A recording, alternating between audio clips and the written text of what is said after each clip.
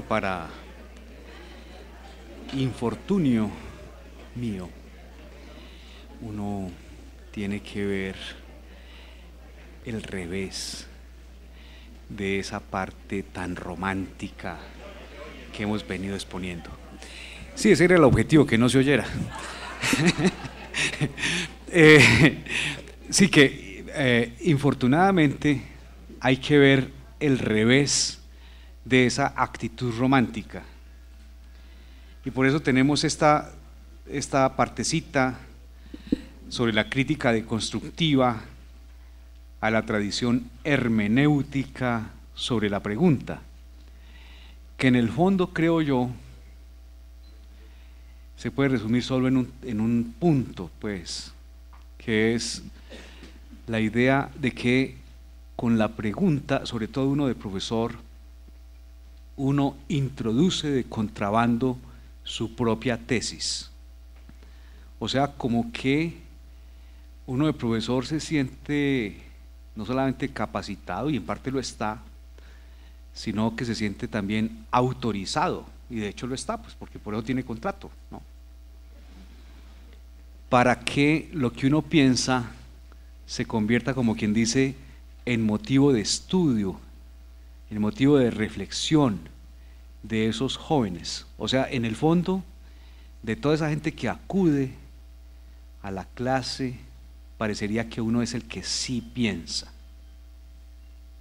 Entonces, por eso, pues, no obstante tener esa actitud tan interesante ante la pregunta, en la que yo creo que coinciden tanto la pedagogía crítica como la hermenéutica, también vale la pena ver cómo Derrida, en un escrito de esos en que uno tiene que reconocer que Derrida prácticamente fue un pensador también de la educación, casi que uno pudiera recopilar algunos textos de Derrida y hacer como una antología. Yo creo que es debido hacer eso, incluso una antología casi de lo que pudiera llamar uno una filosofía de la educación en Derrida. Ustedes saben que está ese escrito tan influyente sobre la universidad sin condición, pero del año 68 tal vez, aunque traducido en el 82, está este texto que tituló ¿Dónde comienza y cómo acaba un cuerpo docente? En ese texto, Derrida expone cómo un elemento de la tradición filosófica, más específicamente el arte de preguntar, contiene un carácter sistemático y limitante que no garantiza el principio de libre expresión. Tan bueno que venía todo eso. Es que ese es el problema de estudiar, que le hacen ver a uno un mundo raro, cada vez más raro. O sea, cuando uno ya más o menos que ve que con la pregunta de puede, que hay el camino o la señal de un camino, vienen estos deconstructores que a veces uno también podría llamar es destructores, a decir, donde quiera que tiene lugar la enseñanza y en la filosofía por excelencia hay poderes que representan fuerzas en lucha, fuerzas dominantes y dominadas, conflictos y contradicciones, lo que llamo efectos de diferencia dentro de ese ámbito. Hasta ahí la cita. En la práctica pedagógica persisten cláusulas restrictivas de inspiración autoritaria, sin que sean diferentes esas cláusulas autoritarias porque provengan de la religión o de los credos partidistas. Ahora comentábamos en el cabecito que de verdad la gente ve mucho más al demonio de lo que uno espera. Los más liberales ya no son capaces de leer a los curas, y tal vez al revés. Por eso es tan importante el texto que citábamos del obispo de Roma, que vamos a poner a la disposición en la página, en el blog, ese que se llama Profesor Vargas Guillén, wordpress.com, y que creo que está citada aquí al comienzo, en la nota número, ¿qué será? En la nota número 2, ¿no? Ahí vamos a poner a la disposición el texto de Padre Benedicto XVI, y vamos a poner también a la disposición para los que quieran difundirlo, tanto este cuadernito como el de la semana pasada. El de la semana pasada ya está disponible ahí. Y sí, ese es el problema, que esa inspiración autoritaria acentúa la sumisión y la cultura del silencio en los educandos. De ahí que resulte inaplazable rebatir en la institución educativa los rezagos de una educación escolástica o tradicionalista, para oponerlo a una educación en la que el alumno fundamente su aprendizaje en un proceder deconstructivo. Cabe entonces cuestionar si la pregunta está determinada por quien pregunta, para lo que se pregunta, y en igual sentido por lo que se pregunta. Solo que el estilo pedagógico de preguntar de la estirpe de la hermenéutica, según la crítica que hace Derrida, quiere aparentar neutralidad. Uno pone la pregunta como si uno también estuviera perplejo, y los estudiantes que uno más valoriza son los que, si no están perplejos frente a las preguntas que uno formula, simulan esa perplejidad. Es que en la vida profesoral, ustedes lo saben muy bien, como le criticaban a un colega de la Nacional, ya se pensionó, me da pena decir su nombre de él, pero decían de él que él esperaba que el mundo fuera una gran oreja a la que le pudiera hablar todo el día. Y bueno, una manera de encubrir que uno está hablando, en buena cuenta, es uno poniendo la pregunta sobre la que tiene que versar el curso de pensamiento del otro, de los otros. Esa neutralidad es criticada en estos términos por Derrida. Cuando digo que planteo preguntas, finjo no decir nada que sea una tesis. Finjo plantear algo que en el fondo no se plantearía. Como la pregunta no es una tesis, eso es lo que se cree, no plantearía, no supondría nada. Esta supuesta neutralidad, la apariencia no tética de una pregunta que se plantea sin siquiera parecer plantearse, eso es lo que construye un cuerpo docente.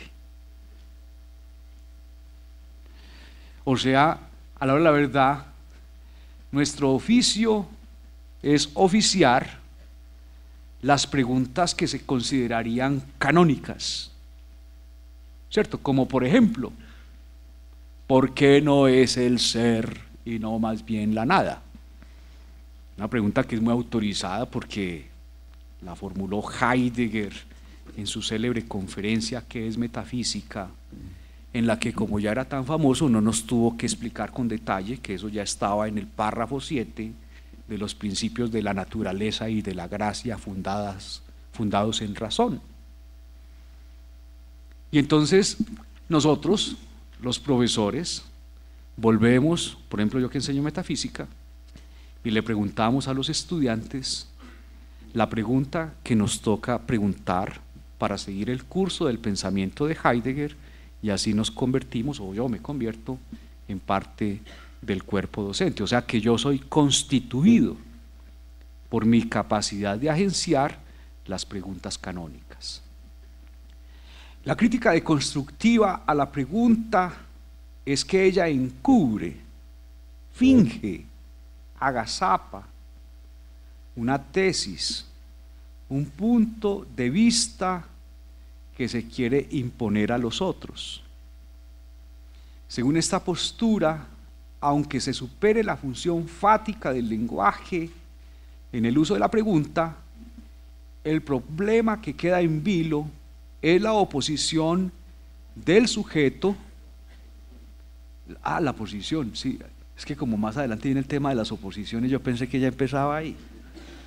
O sea, como decían allá en mi pueblo, por decir Dorotea dije te adoro. Perdóneme, Dorotea, que fue que me equivoqué. Bueno, el problema que queda en vilo es la posición del sujeto, su actuar en y como primera persona. Es que ese tema de la habladuría, volviendo a Heidegger, eso lo patea uno mucho. Uno de profesor de verdad, ¿qué dice en clase? A poquito, hombre. Si uno dijera alguna cosita, perdería el puesto, hombre, porque es muy poquito. ¿Cómo?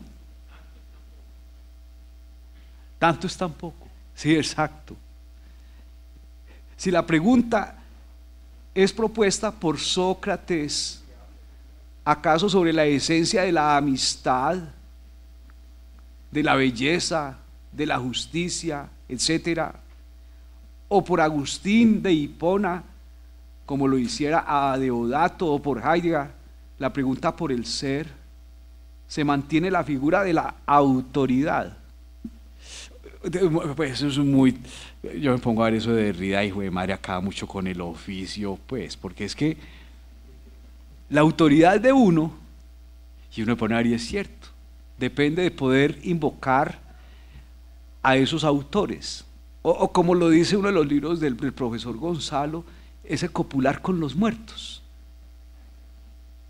Se mantiene la figura de la autoridad, es esa figura de autoridad la que determina el destino del diálogo, del pensamiento, de la acción. Como que uno tiene esa apertura de decirle, a ver muchachos, hablemos de lo que este ya habló. Vea pues, preguntémonos las preguntas que él ya se hizo.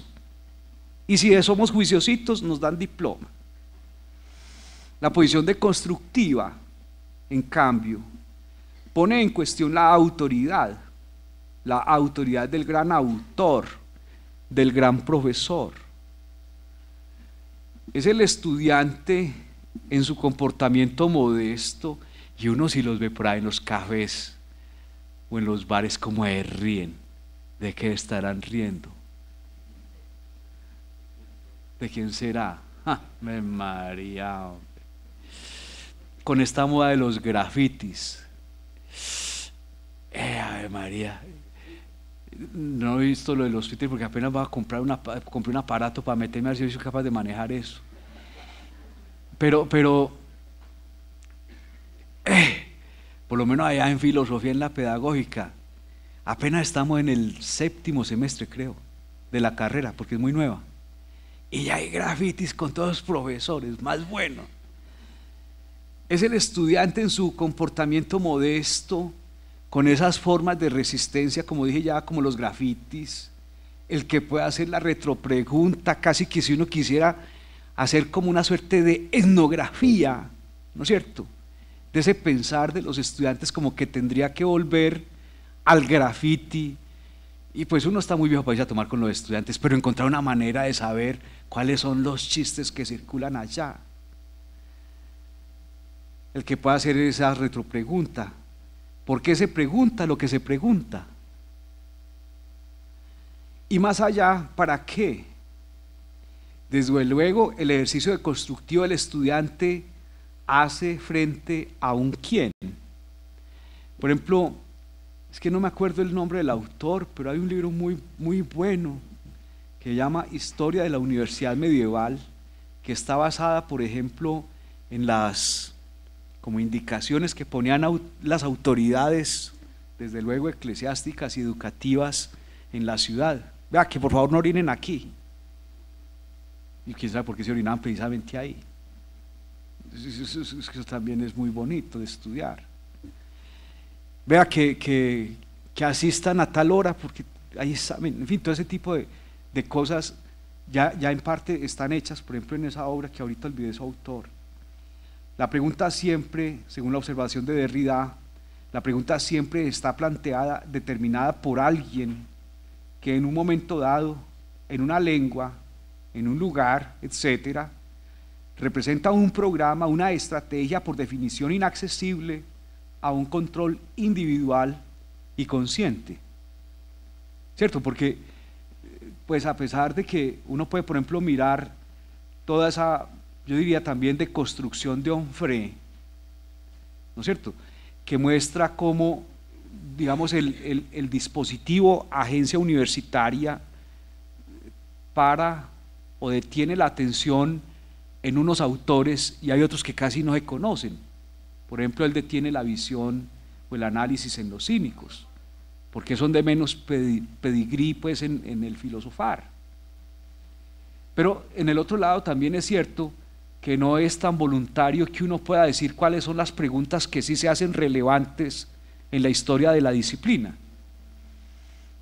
Aquí no está en juego una perspectiva desiderativa.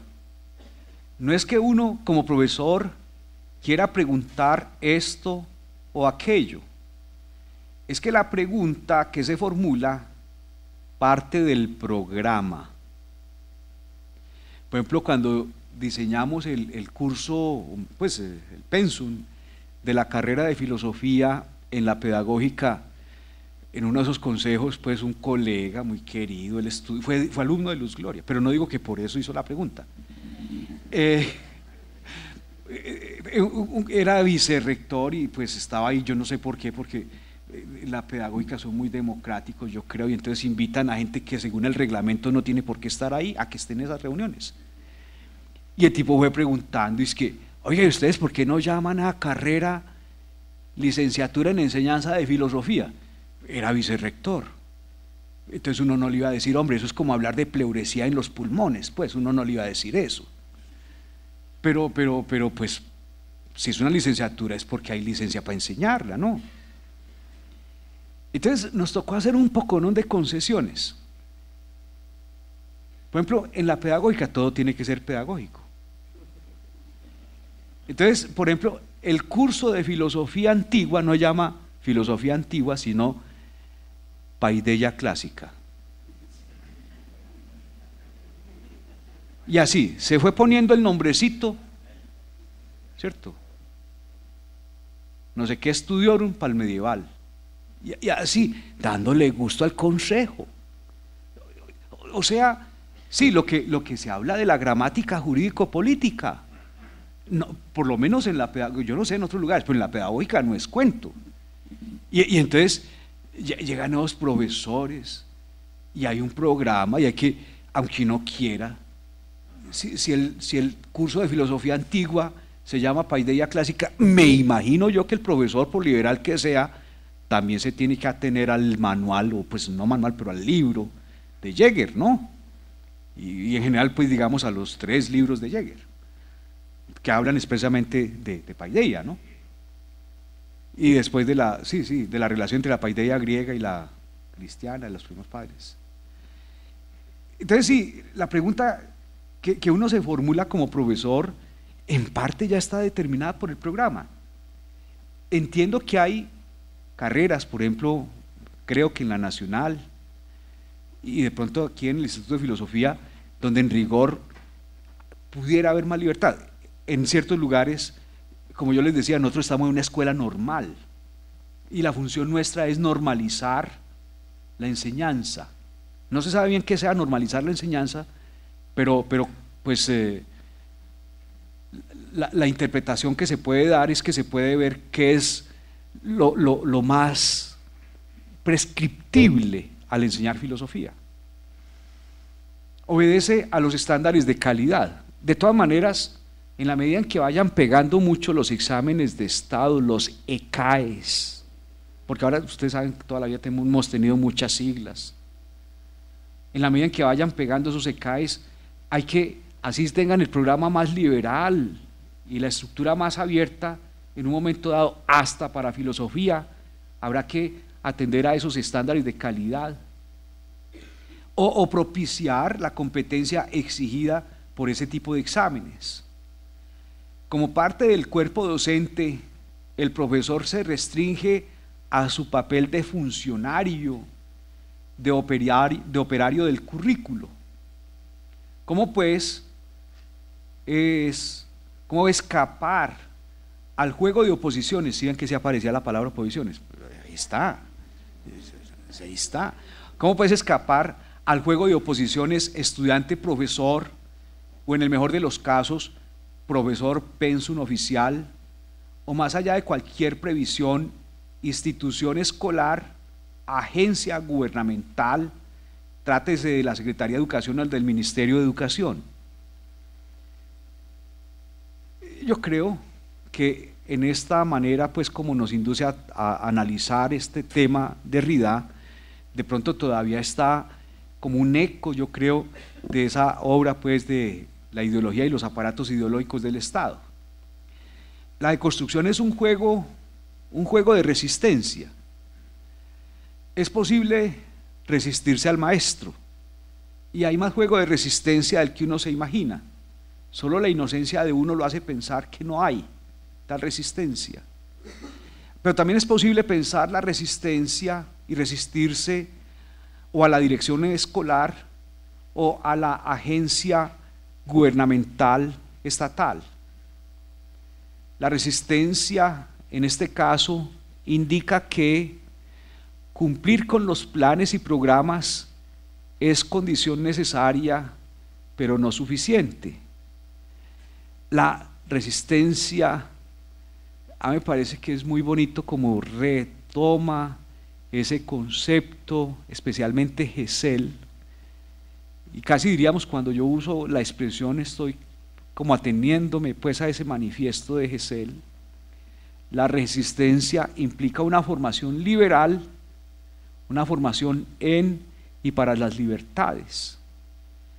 Derrida cuestiona la dependencia de la pregunta, que parece en principio depender de una palabra, de la unidad de una palabra en cuya indivisibilidad se apoya la unidad de la comprensión.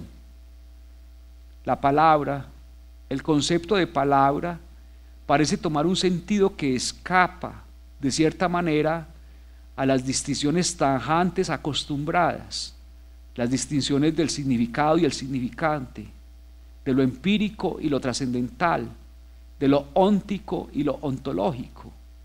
Cito: la deconstrucción del falogocentrismo como deconstrucción del principio ontoteológico de la metafísica, de la pregunta ¿qué es?, de la subordinación de todos los campos de cuestionamiento a la instancia ontoenciclopédica.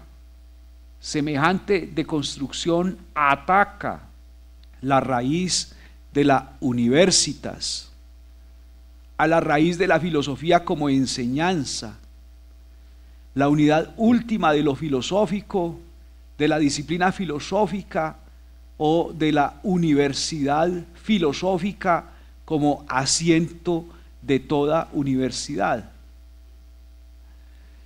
Es muy interesante, me parece, esa oposición, porque, digamos, una interpretación de la universitas radicaría, pues, según la crítica de Derrida, en que ahí ya está preestablecido lo agenciable en la agencia.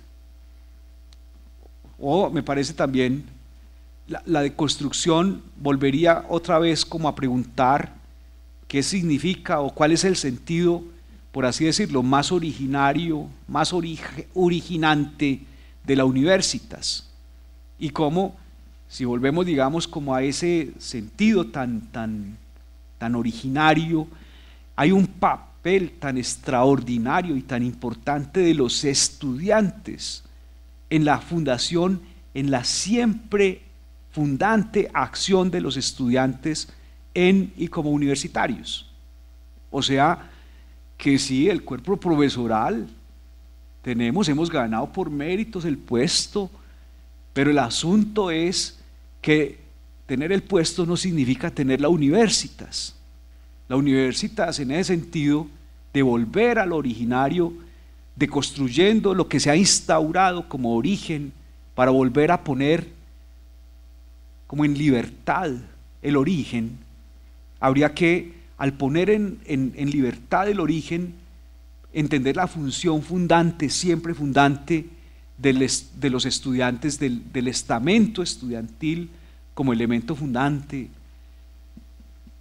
Es parte, digamos, de lo que yo retrotraigo en el cuadernito que distribuimos la vez pasada de la Humanitas como Universitas, en parte pues lo que yo le robo al profesor Gonzalo en ese librito, en el cuadernito. Aquí la atención se centra en el lenguaje, y esto se trae a colación porque hay una estrecha relación entre la lectura de textos y las preguntas que dan sentido o que fueron base para la creación del texto. Derrida destaca cómo el signo tiene un carácter hegemónico y ve la posibilidad de romper con los signos y demostrar que los textos tienen diferentes interpretaciones. No hay lugar para una interpretación única y posible. La que da el autor es una más en el juego de la producción de sentido. El modo metafísico o tradicional de lectura produce un sinnúmero de falsas suposiciones sobre la naturaleza de los textos. Un lector tradicional cree que el lenguaje es capaz de expresar ideas sin cambiarlas, que en la jerarquía del lenguaje escribir es un acto posterior al de hablar y que el autor de un texto es la fuente de sentido de lo dicho. El estilo de constructivista de lectura propuesto por Derrida subvierte esas presunciones y desafía la idea de que un texto tenga un significado inmodificable y unificado. La cultura occidental ha tendido a asumir que el habla es una vía clara y directa para comunicar. Yo siempre creo que de verdad, de los buenos lectores, muy de buenas Husserl, como yo les decía la vez pasada, es que si uno tiene de estudiante a Heidegger, yo creo que uno tiene que ponerse a pensar, o si uno tiene de lector a Derrida, la fenomenología forzosamente se renueva. Tal vez, yo creo que es muy importante, aunque parezca anecdótico, recordar que Derrida pues tradujo al francés un texto maravilloso de Husserl que se llama El origen de la geometría. Ese texto, que es uno de los anexos de Crisis, es tal vez el texto donde Husserl tiene más delicadamente desarrollada una concepción del lenguaje, y sobre todo pues de ese problema de que el lenguaje simultáneamente descubre y encubre. Y yo creo que Derrida, bueno, ese texto corresponde a lo que ya veíamos la ocasión anterior, llamamos la fenomenología genética. Esa fenomenología genética de ese texto, El origen de la geometría, a mí me parece es el que lleva prácticamente al desarrollo de la concepción derridiana de la deconstrucción. Porque, digamos, Derrida le acepta a Husserl, en ese texto, pues, en el comentario amplio que hace de introducción a la traducción, le acepta que el presente vivo, presente viviente, nosotros lo podemos entender solo porque lo podemos relacionar con actos intencionales, fundacionales que le dieron origen.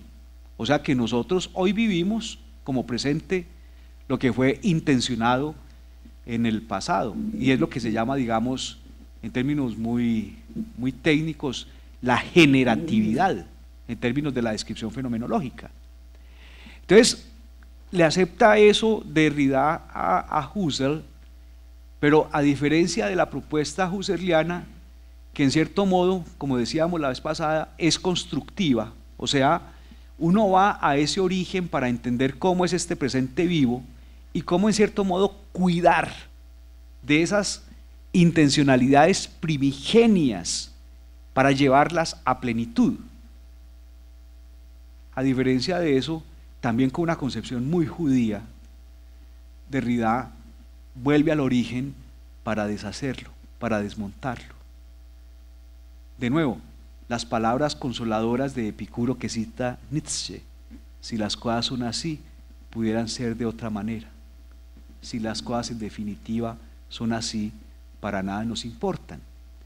Entonces digo, como resultado de las intenciones de los autores en el discurso, las intenciones de los autores en el discurso no pueden ser incondicionalmente aceptadas, que en parte también es el ejercicio que reclama Derrida de una universidad sin condición.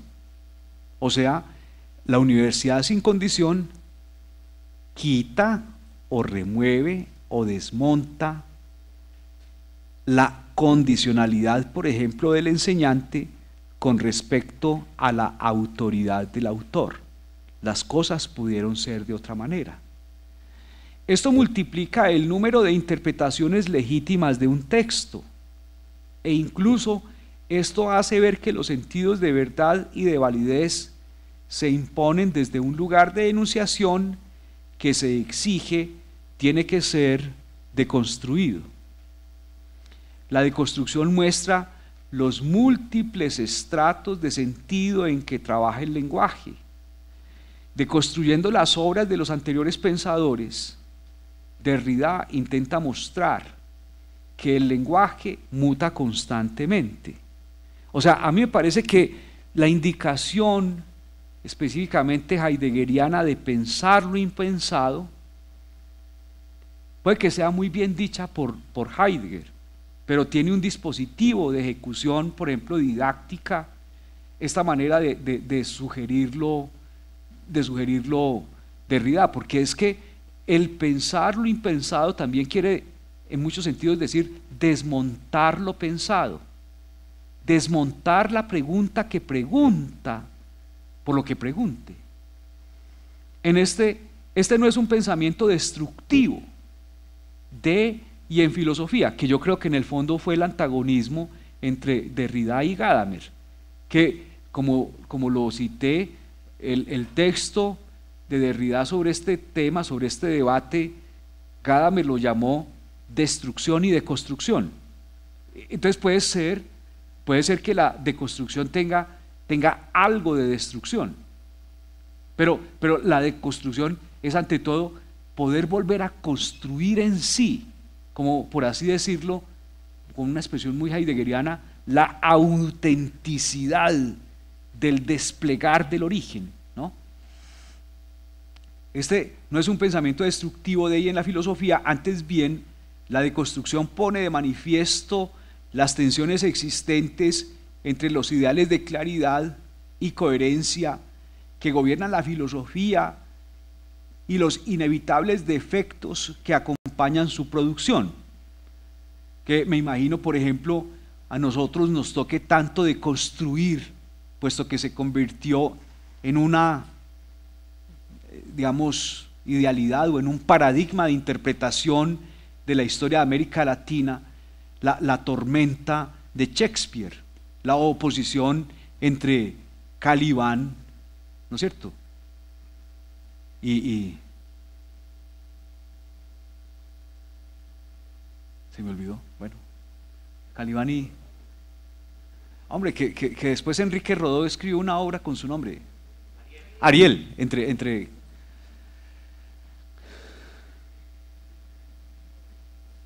eso habría que destruirlo. Y a mí me parece que, por ejemplo, un trabajo que no es ni mucho menos derridiano, pero sí deconstructivo, lo logra, por ejemplo, concretamente Leopoldo Sea, ¿no?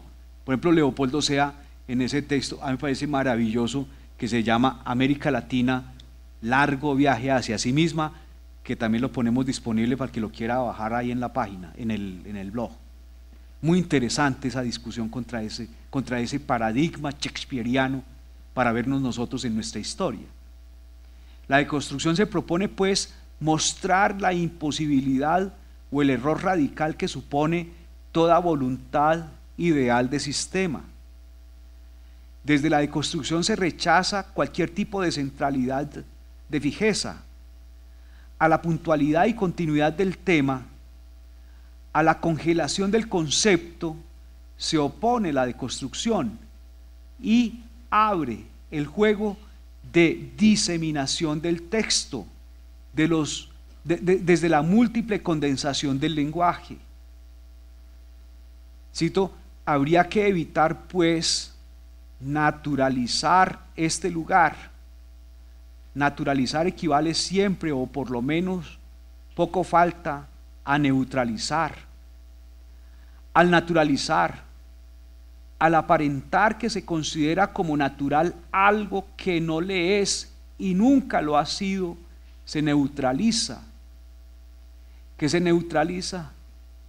Se disimula más bien en un efecto de neutralidad la intervención activa de una fuerza y de un aparato. No es que yo quiera exagerar y no es que yo me recargue para el lado de Husserl, pero esta discusión acá sobre la naturalización, ¿a quién se la debe? Aquí está reconstruyendo Derrida el tema fuerte de lo que Husserl llamó la tesis general del mundo, el asumir el es, ¿no? Y acá es muy interesante porque es la destrucción, inclusive la deconstrucción del es de la interpretación legítima, ¿no? O del texto canónico.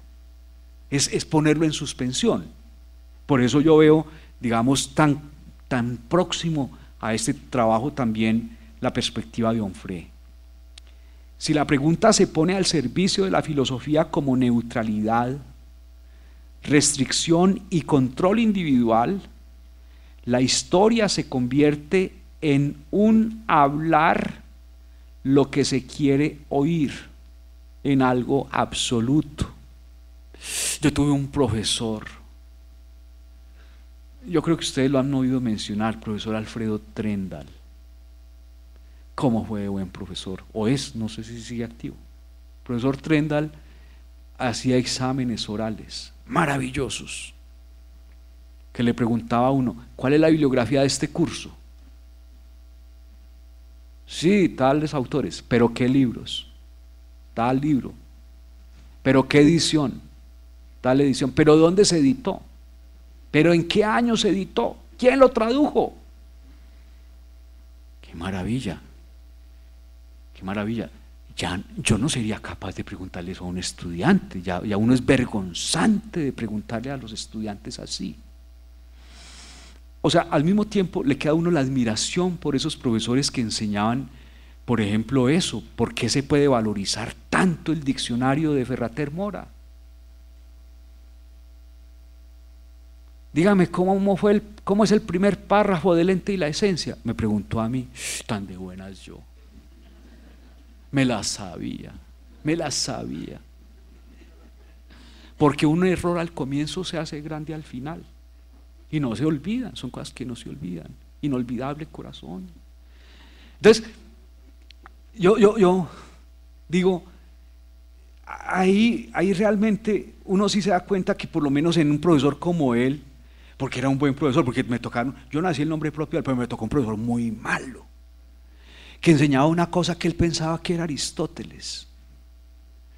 Y eso, después, con el correr de los años, durante los tiempos en que yo estuve bajo la férula de ese profesor, yo pensé que lo más horrible que podía haber en la vida era estudiar Aristóteles.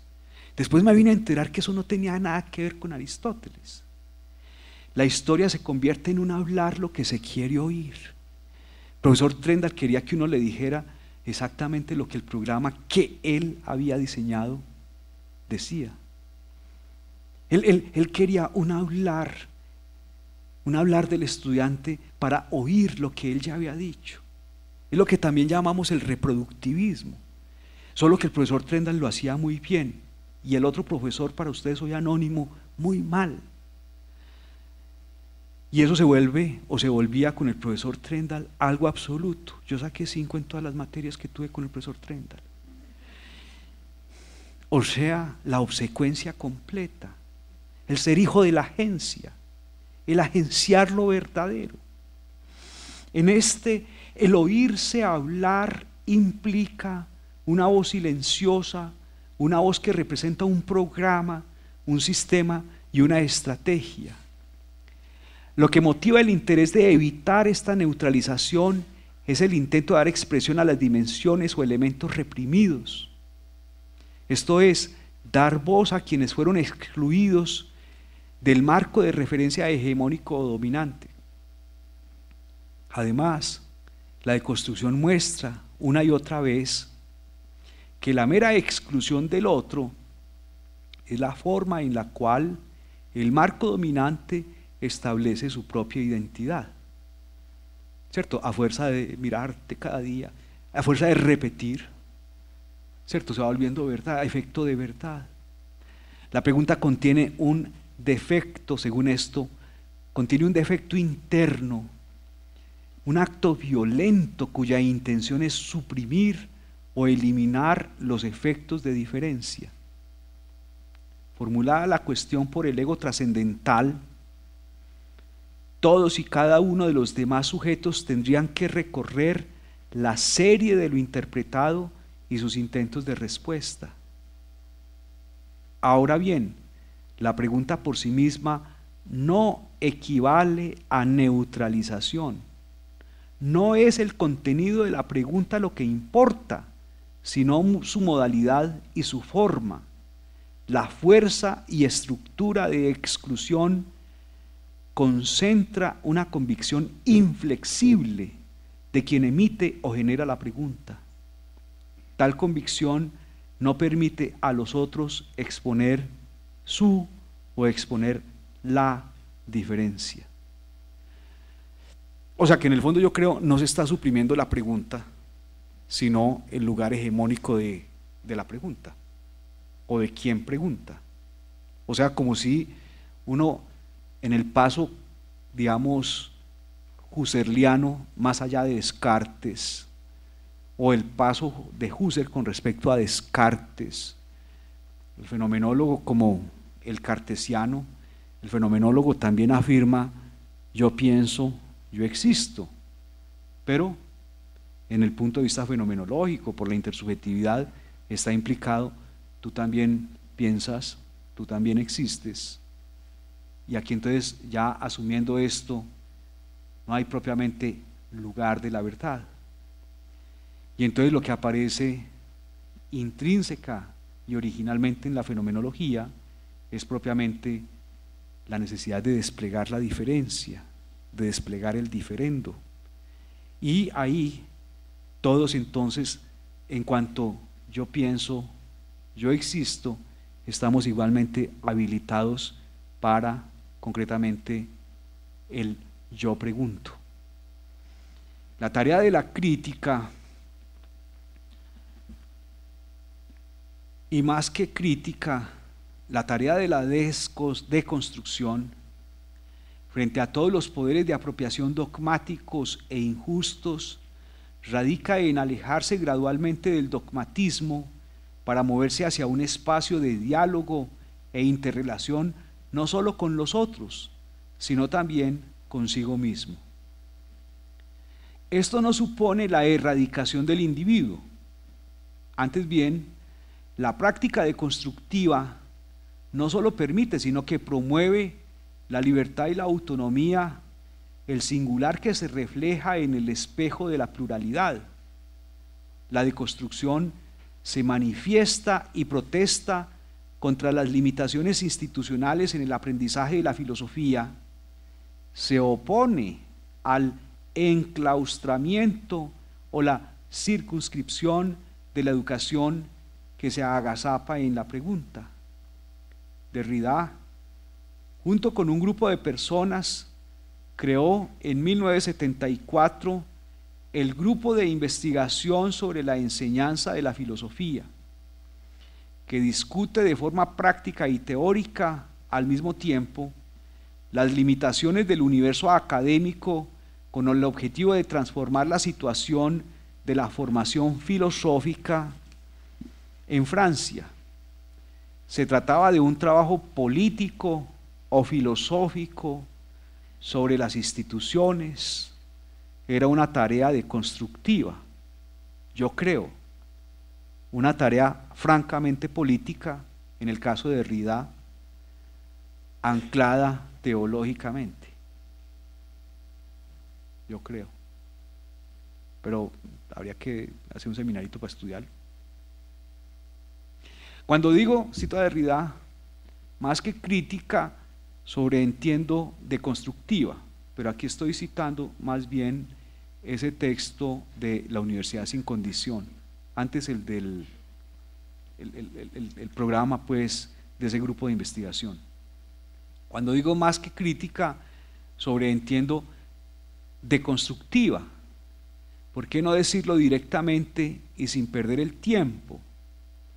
Apelo al derecho a la deconstrucción como derecho incondicional a plantear cuestiones críticas, no solo a la historia del concepto de hombre, sino a la historia misma de la noción de crítica, a la forma y a la autoridad de la cuestión, a la forma interrogativa del pensamiento. Desde la perspectiva deconstructiva es preciso entender la filosofía y la educación como caminos libres de todo procedimiento, de toda prueba y de toda medición. La deconstrucción rompe con el dominio de la limitación propio de la pregunta. Pero ahí yo creo pues que hay que volver como despacio sobre esa manera de pensar, porque digamos, rompe con el dominio de la limitación, no rompe con la pregunta. ¿No? Eso me parece muy interesante. O sea, no es que uno de profesor ya quede dueño del preguntar, sino que esa escucha atenta, que sí, tiene que aprender el profesor del siglo XXI del psicoanálisis, esa escucha atenta que es la que nos convierte en interlocutores de los estudiantes, y hasta donde sea posible esa escucha atenta que uno como profesor puede asumir y desplegar con el mínimo o con el básico de erudición que lo hace profesor, parte del reconocimiento no solo de un otro que también piensa, sino que tiene el derecho de ejercer el preguntar ahí mismo, en la esfera del aula, en la esfera del trabajo académico, del trabajo escolar. Entonces, yo todavía no lo he podido trabajar, pero tengo ganas de meterme ahora, ojalá pues con la ayuda de un estudiante, porque uno ya es muy perezoso, a estudiar eso de Arendt, ¿no? De la diferencia entre labor y trabajo, para mostrar que el preguntar esencialmente es el que permite pasar, el preguntar del estudiante, el propio preguntar del estudiante es el que permite pasar de la labor escolar a lo que podemos llamar trabajo escolar. O sea, ¿qué diferencia cuando a lo largo del semestre, por ejemplo, uno puede acompañar eruditamente, porque es que por eso es que ganamos el cargo, pues ganamos por mérito. Eruditamente uno puede acompañar las preguntas del estudiante, pero no para uno responderlas, ¿cierto? O aquel muchacho trate de responderla de nuevo hasta el cansancio, ¿cierto? Hasta que ya no pueda trabajarle más al asunto y entonces o se ocupe de otro tema o por lo menos ya no vuelva a clase con uno.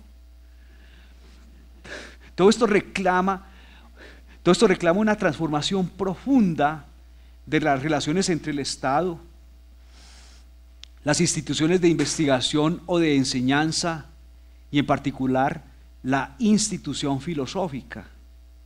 Se trata de una, yo creo, pues muchos de esos hablaron de la muerte del sujeto y todo eso, pero me parece que pues eso no es así. Yo creo, pues porque yo estoy infectado por la fenomenología, yo creo que se trata de una recuperación radical del sujeto que se hace capaz de practicar el pensamiento en las márgenes de la filosofía, como Derrida también llamó a uno de sus libros. En las márgenes de la filosofía quiere decir fuera del programa y con el más radical sentido de la innovación, de la invención en común. A mí me gusta mucho, por ejemplo, unas cosas de la pedagogía. Por ejemplo, volviendo pues a esto de lo tópico, yo creo que uno solo está en un ambiente donde se tenga algo comúnmente aceptado, que yo dije la vez pasada, comúnmente entendido por un equívoco mío, pero yo creo que es un equívoco que ya lo expliqué porque hay una comunidad de diálogo, una comunidad de entendimiento, según plantea Gadamer. Entonces por eso yo creo que el lapsus pues no lo justifico, pero está enraizado en esa manera de pensar, ¿no? Entonces, sí, Luz Gloria muy amablemente me llamó la atención sobre esa metida de pata. Bueno, yo veo que hay unos pedagogos que ya hablaron de esto con mucha claridad. Por ejemplo, estos que se llaman Ausubel y Novak, por ejemplo, cuando hablan de las preconcepciones. Eso me parece muy interesante. Los estudiantes de cualquier tema, de cualquier edad, llegan con preconcepciones, con preconceptos, o gadamerianamente dicho, con prejuicios. Y a veces no se toma uno el trabajo de preguntarle. Por ejemplo, yo hago ya hace unos años ese ejercicio con los estudiantes de metafísica. ¿Oíste, muchacho? ¿Vos qué estás pensando que es la metafísica? Componete ahí antes de que arranquemos este escritico de las 600 palabras. Ahí sí me leo los 35. Y dicen cosas tan raras. Por ejemplo, hay una señora que se llama Connie Noeke, que escribió un libro que se llama Metafísica 4. Y estos estudiantes van diciendo, oiga, profe, pues metafísica tiene que ver lo que dice la señora Connie Noeke. O profe, es una serie de consultorios que hay por la 24 consultorio de metafísica, vea usted. ¿Y qué tal? La del indio amazónico, sí, en las 40 y tantas con la Caracas, mucha metafísica regada por ahí, y de pronto ahí hasta es buena. A mí me parece que eso que dicen Ausubel y Novak es muy interesante, que si uno no hace el ejercicio de ver con qué preconcepciones llega esta audiencia, normalmente pasa que uno habla durante todo el semestre y los estudiantes le espetan a uno lo que ellos creen que uno quiere oír, y después, en cuanto termina el curso, empiezan a renacer esas viejas concepciones o esas concepciones originarias. Es como si uno tuviera las preconcepciones allá en el extremo de la mesa, le tirara a esta mesa durante un semestre y después del semestre queda el resto de vida para que renazcan, ¿no?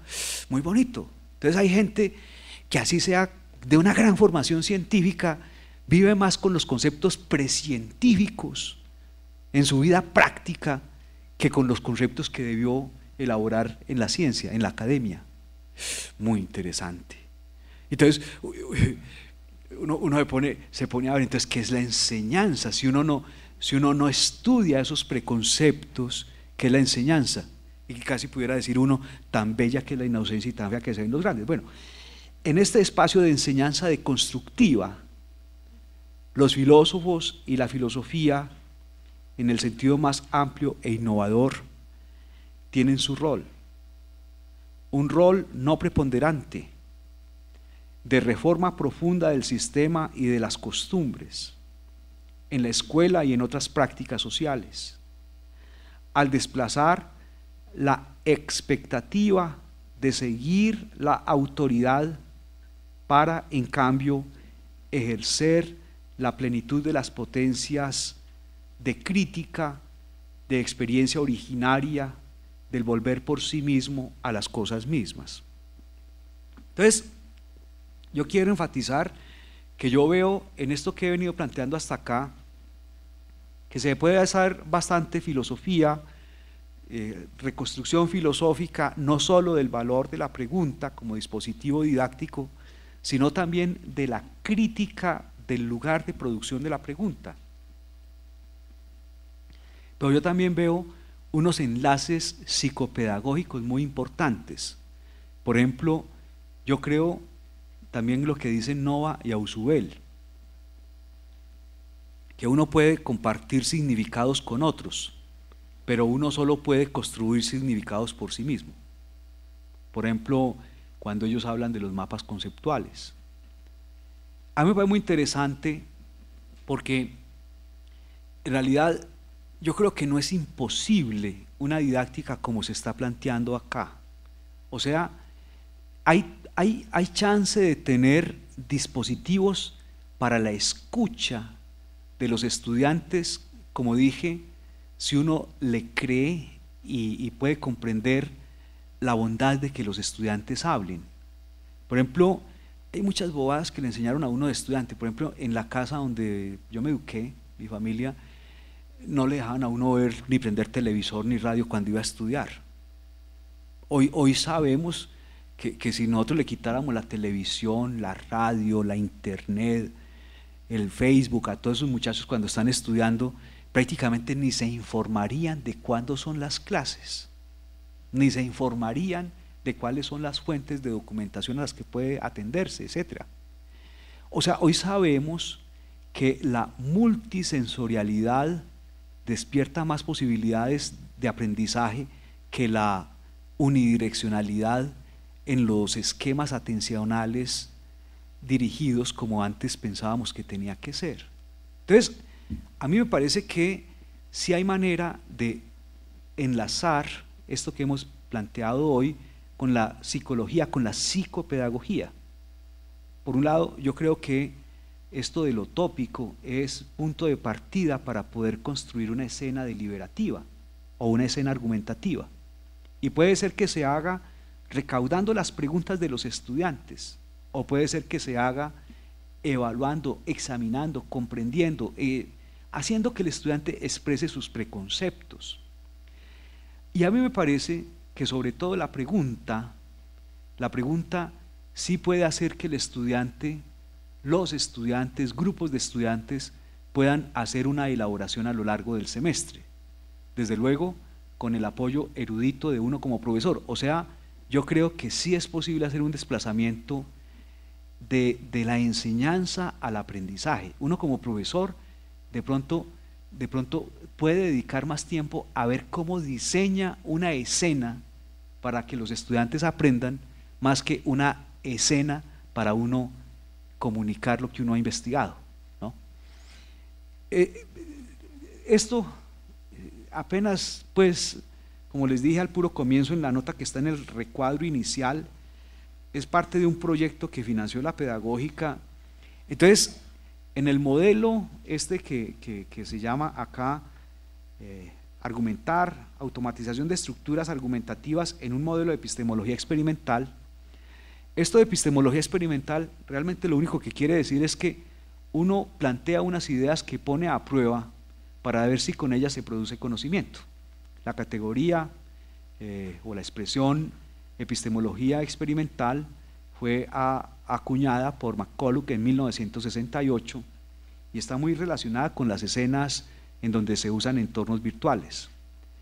A mí realmente esto de trabajar con entornos virtuales me es muy importante, pues por experiencias muy concretas, muy fenomenológicas, o sea, muy vividas en primera persona. Por ejemplo, cuando yo fui papá de mis hijas, porque ahora uno ya queda decir mis hijas, pues, esas muchachas ya hacen lo que les da la gana hace años, en fin, bueno, en fin. Cuando a mí me tocó ejercer ahí de papá, yo tenía una computadora Macintosh y veía, por ejemplo, una cosa que me pareció muy impresionante. Una de mis hijitas hizo un trabajo en la computadora y se sintió tan satisfecha con lo que había hecho que se despidió de la computadora abrazándola. Ay, yo la quiero mucho. Yo pensé, pucha, eso está muy cambiado, antes se hacía esto con los profesores. Entonces, una pregunta que yo me planteé desde esa experiencia muy concreta es ¿cómo tratar de que en nuestra enseñanza nosotros podamos incorporar, por ejemplo, esta cosa de las TIC? Y sobre todo, mi pregunta es a uno que le gusta tanto las humanidades, porque ¿para qué? Es que uno goza mucho estudiando. Es que es un verdadero un verdadero placer tener tiempo para poder estudiar. Y yo creo que a todos ustedes les pasa. Por ejemplo, Adolfo León Gómez Giraldo dice que uno lee tanta novela porque no es tan complicada como la filosofía y uno se siente buen lector.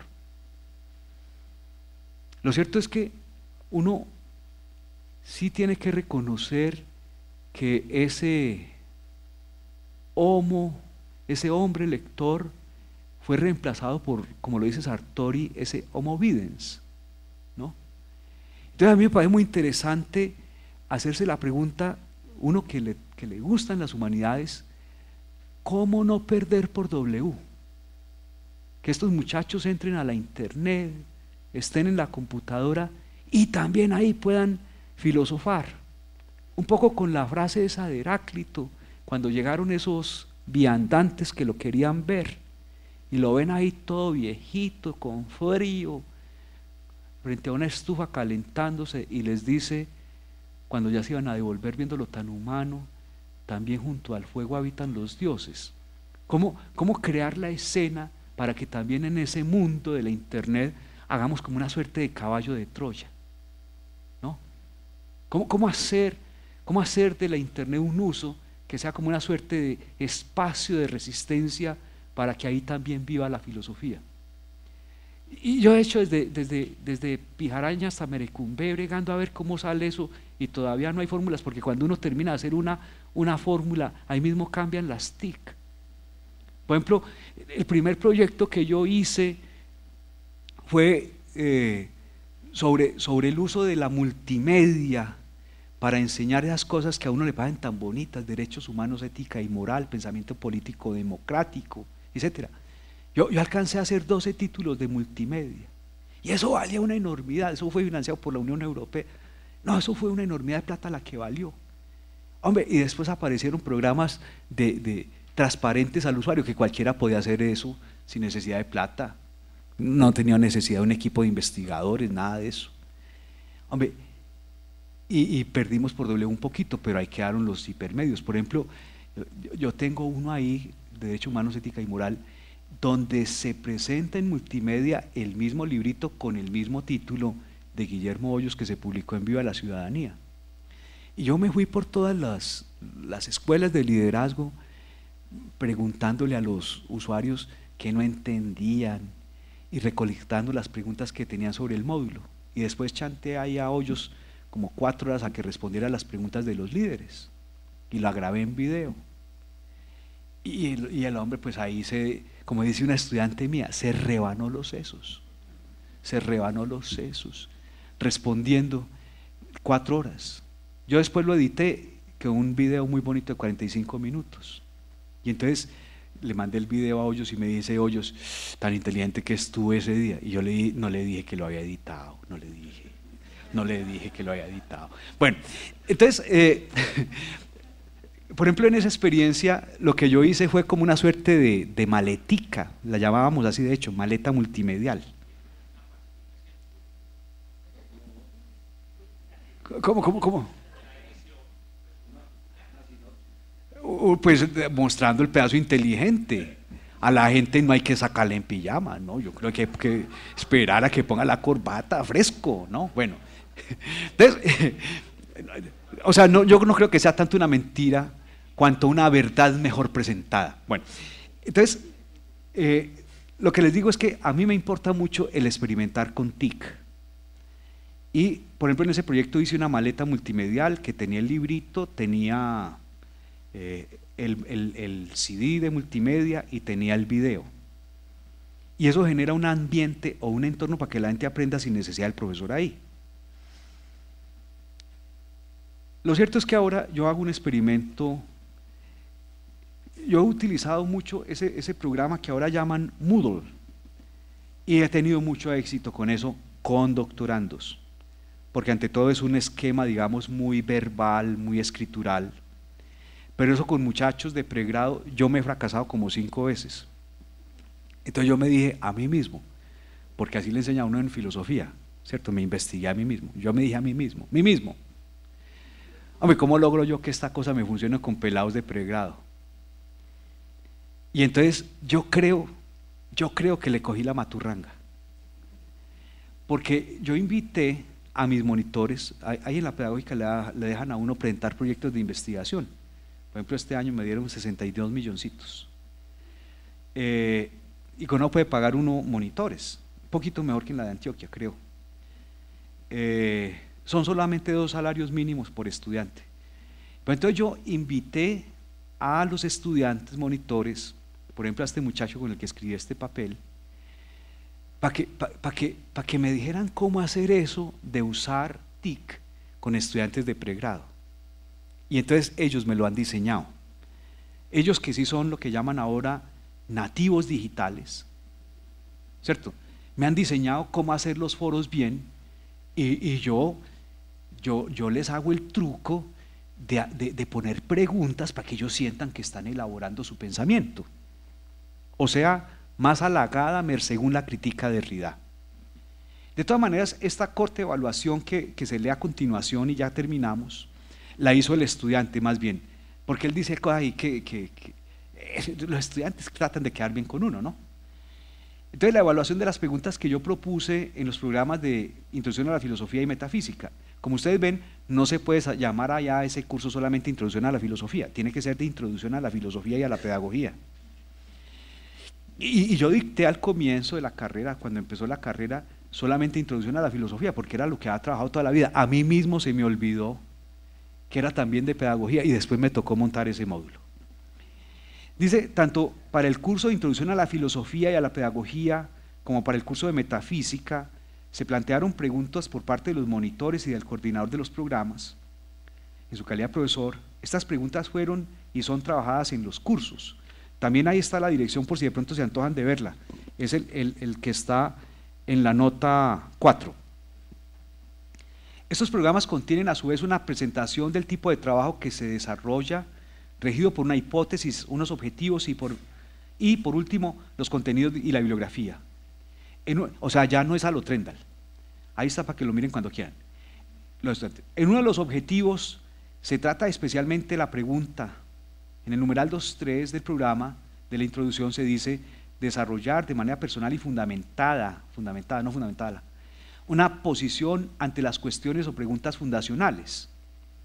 Ese era el pedazo que yo pensaba que era activo, o sea, que el estudiante iba a construir algo, pero después lo de Derrida siempre me pone muy en aprietos con esa formulación que ya leí.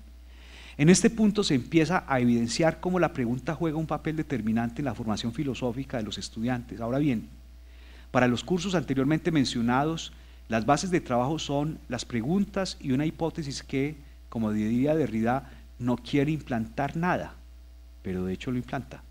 No se impondría nada, pero de hecho se impone. No se sentaría tesis alguna. Esta hipótesis contiene planteamientos sobre la pedagogía socrática, en el estilo de interpretación que hace Nussbaum, y sobre la relación que existe y ha existido entre pedagogía y filosofía. Este dispositivo pedagógico es utilizado para que los estudiantes desarrollen su propia formación filosófica, pero a su vez el programa del curso contiene las suficientes referencias bibliográficas para desarrollar la hipótesis, que en este caso es la relación intrínseca y digna entre filosofía y pedagogía. Obviamente yo también les presento una lista de filósofos que no han sido profesores, ¿no? En el curso se demostró cómo desde los inicios de la filosofía hasta el presente ha habido conexión entre la formación, los métodos y la disciplina. Asimismo, el programa del curso busca que el estudiante genere su propio camino, tal como lo concibe la deconstrucción, y que mejore sus habilidades argumentativas y lingüísticas. 2. El estudiante al finalizar el curso demuestra si la hipótesis se afirma o, como se encuentra escrito en el programa, la tesis se infirma. Es preciso detener la atención aquí, pues queda la pregunta: ¿por qué se utiliza la palabra hipótesis cuando se quiere afirmar? ¿Y por qué se utiliza la palabra tesis para infirmar? Este no es un problema categorial o lingüístico. La palabra hipótesis podría ser utilizada bajo cualquiera de los dos calificativos. ¿Acaso el docente en su interior da la relación de pedagogía y filosofía como verdadera, como dada, como tesis? Estas preguntas realizadas de manera especulativa afirman que la producción del programa, del curso, de las preguntas y sus contenidos se encuentran supeditadas en un ir y venir entre las tradiciones hermenéutica y deconstructiva como lecturas de la fenomenología de Husserl. Al observar los contenidos del curso se encuentra una selección adecuada de textos, sobre todo si lo que se quiere es que los estudiantes formen sus propios criterios y formen sus habilidades argumentativas. Los estudiantes tuvieron la oportunidad de leer y estudiar textos que ayudaron a desarrollar la hipótesis o tesis que da lugar al curso. Textos como los de Nussbaum o Derrida muestran una perspectiva de la educación crítica, autónoma y argumentativa que se enlaza con los objetivos predispuestos en el programa. No obstante, parece que en algunas preguntas hubiera una especie de intromisión, de hegemonía, de neutralidad, es decir, preguntas que van antecedidas por expresiones de estirpe ontoteológica: ¿qué es?, ¿quién es?, o ¿a quién? Son preguntas sobre las que caben las críticas formuladas por Derrida. Tales preguntas, de cierta forma, limitan al estudiante. Así también el curso ofrece textos de Platón que quizá fueron seleccionados por ser un clásico de la filosofía. Tal selección, en cierta manera, preserva la vigencia del patriarcalismo y pondera la hegemonía. La fijeza de un texto en la formación de los estudiantes. No se pretende demeritar el programa realizado, antes bien, se quiere mostrar cómo el programa tiene rasgos de la pedagogía socrática, de pedagogía liberadora en el sentido hermenéutico y deconstructivo, y no obstante queda anclado, este es el riesgo, a prácticas patriarcales de enseñanza. En una perspectiva radicalmente deconstructiva, solo enunciar un programa cae en una forma patriarcal de enseñanza de la filosofía o de la disciplina que fuera. Ahora bien, en las formulaciones hechas en el programa, en el curso de metafísica, se acogen más los planteamientos hechos por Gadamer. Las preguntas son más bien preguntas que abren perspectivas y horizontes, pero la tradición de la deconstrucción tan solo se anticipó en ese curso. Eso es lo que yo tenía preparado para ustedes, porque francamente me gusta mucho la crítica que hace Derrida, pero por ahora yo no la veo del todo practicable, por lo menos en mi ejercicio. Dejan que los comentarios que ustedes me hagan, yo se los voy a agradecer.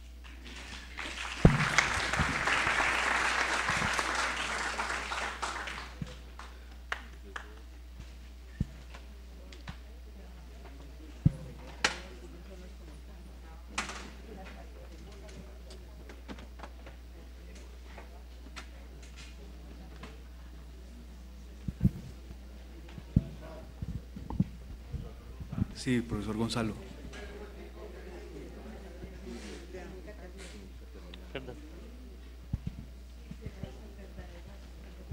Qué miedo. Bueno, con esta prótesis ya uno le da miedo, ¿no?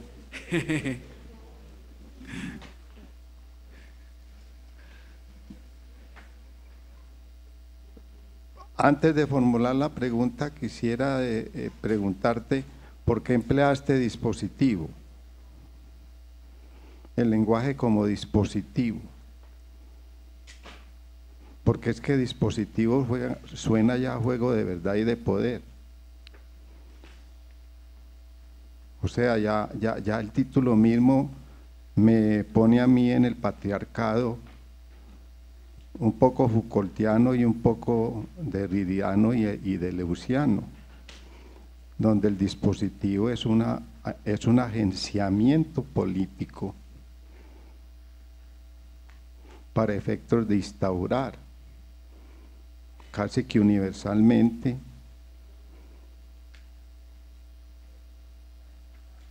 un sistema pedagógico. Pero quisiera, para no entrar en la precomprensión de juego político y de verdad, ¿por qué empleaste dispositivo? A mí me parece que me taladra mucho en la mente la idea heideggeriana, más que la Foucaultiana o la deleuziana, de dispositivo, como un preponer para que algo llegue a ser exhibido o para que algo llegue a ser puesto en libertad, ¿no? O sea, es el concepto de Gestel, me parece a mí, esencialmente usado en el escrito este de la pregunta por la técnica, el que a mí me impacta tanto, ¿no? Pero retomando o tomando el curso de tu reflexión, con la que estoy muy en acuerdo, a mí me parece que sí es un juego de poder, en ese otro sentido de anteponer o preponer o disponer o preparar una escena para que se ponga, como dice Heidegger, en libertad al ente, que en este caso es el estudiante en su poder, concretamente en su poder de preguntar, ¿cierto? Como en el ejercicio de su sí mismo cuestionante y desplegante de la cuestionabilidad. Entonces yo sí lo veo, o sea, sí, originalmente me patea mucho la manera como lo plantea Heidegger, pero sí me parece que en último término yo estoy pensando en esa relación poder saber, porque también así como se puede hegemonizar, se puede, digamos, aunque suene un poco, pues, también romántico, democratizar, ¿no? Yo creo que si los estudiantes hay un ambiente dispuesto, prepuesto, para que él también se descubra preguntante, cambian las relaciones de poder. Comentamos ahora con un colega, y eso tampoco le gusta a todos los compañeros de trabajo nuestros, ¿no? Es eso, Gonzalo, lo que yo diría sobre tu primera pregunta, ¿no? Y la segunda es,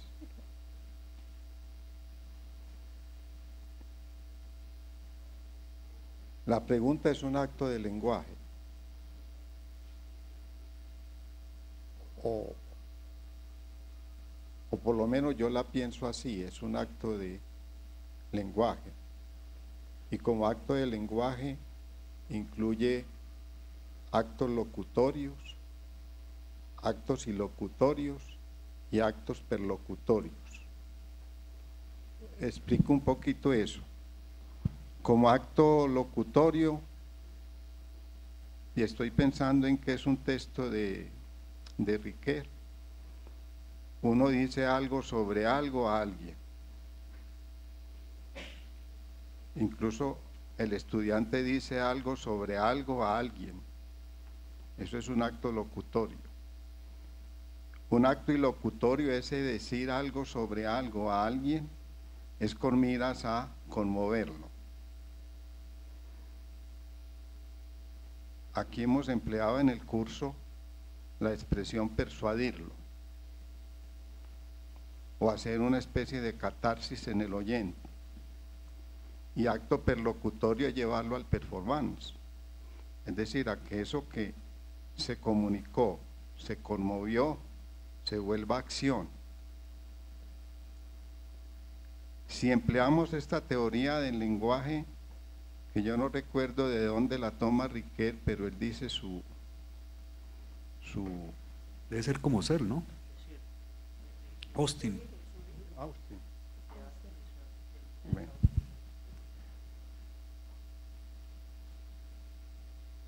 A mí me parece que caemos siempre en un círculo vicioso, porque venga la pregunta de donde venga, despierta usted al que despierte, siempre juega con actos locutorios y perlocutorios. Entonces, en ese sentido, uno siempre, venga de abajo o venga de arriba, es un juego de verdad y un juego de poder. O sea, descienda o ascienda, se juega políticamente.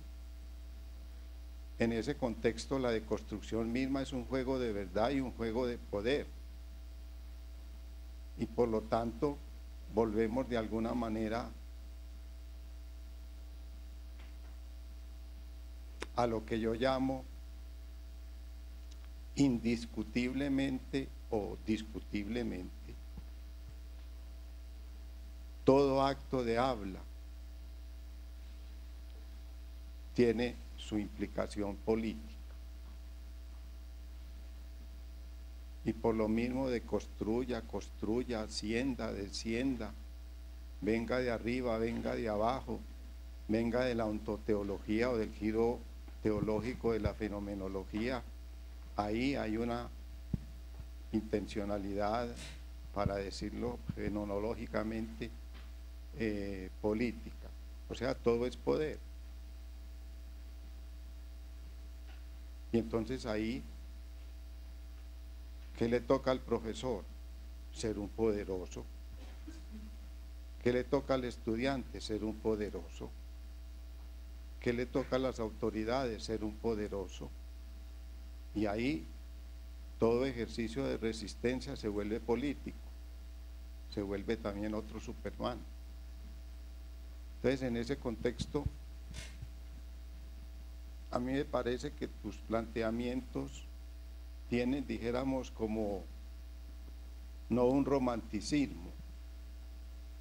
Me parece que tras ese, entre comillas, romanticismo, hay una pretensión política muy marcada por un juego de lenguaje y de poder que es la pregunta, que es la pregunta. Por lo mismo, la pregunta es, ¿cómo escapar del poder? Sí será la pregunta. Yo francamente citaría una parte de la conversación que tuvimos ahora con Carlos en el café, que antes del ser está la política. Entonces yo sí creo que es inescapable a la relación con el poder cualquiera de estas prácticas. Pues yo creo que también el profesor puede tener prácticas ascéticas de deshacimiento del poder. Pero eso es político. Eso es político, desde luego que es político. Desde luego que es político. Y me parece a mí que lo que busca es el empoderamiento de los... Empoderamiento, pues esa palabra tan rara que se usa ahora, el empoderamiento de los estudiantes. Yo sí creo que los estudiantes nuestros tienen que llegar a tener una palabra y tienen que formarse en decir una palabra, pero también tienen que formarse no solamente en ser oídos, sino en tener el poder de la escucha. Yo creo que esta cultura sí cambia si nosotros logramos, no con miles, no con millones, sino con los que alcanzamos a trabajar, esta pequeña tarea que podemos hacer es de resistencia a esa actitud hegemónica, y es el hacer que se despliegue ese pensar nuevo, inédito, pero sí es una, franca y abiertamente, es una posición de poder, pero no poder hasta cierto uno para uno, sino también poder para todos, poder con todos. Yo, por ejemplo, les digo, yo me vivo muy contento. En las épocas más aceradas del embrujo autoritario, pudimos hacer la creación de una licenciatura en la pedagógica para tener una estrategia de poder contra el poder. Bueno, y para no hacer esto un monólogo, la tercera es muy sencilla.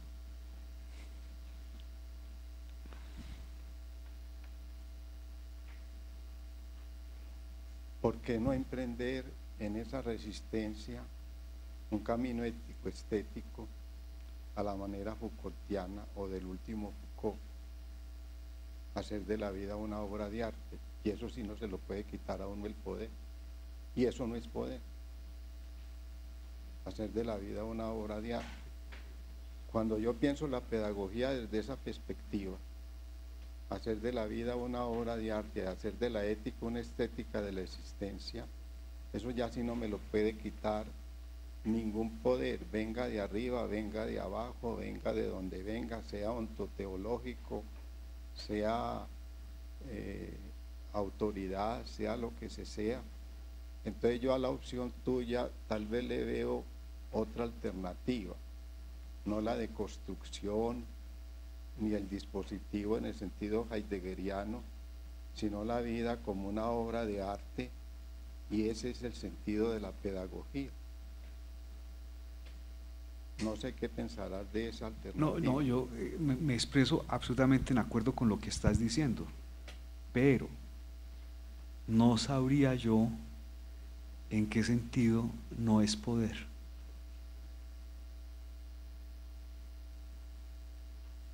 Bueno, es poder en cuanto se pasa del pouvoir a la puissance, como dice Foucault. Pero ojo, del pouvoir a la puissance, del poder a la potencia, que no es lo mismo. Entonces ahí hay una deconstrucción del pouvoir desde la puissance. Y esa distinción Foucaultiana me parece a mí muy aguda para efectos de la vida como una obra de arte, porque es el paso del pouvoir político a la puissance ético-estética. No, así yo iría total acuerdo con tu idea, porque yo creo que es, aunque lo planteas como resumidamente o sintéticamente, yo creo que es el punto de llegada también de la deconstrucción. Es una deconstrucción del poder para hallarse ante la potencia, que en el fondo es ser uno mismo, ¿no? O sea, es el proyecto de Hölderlin, ser uno mismo. Yo la vería así también.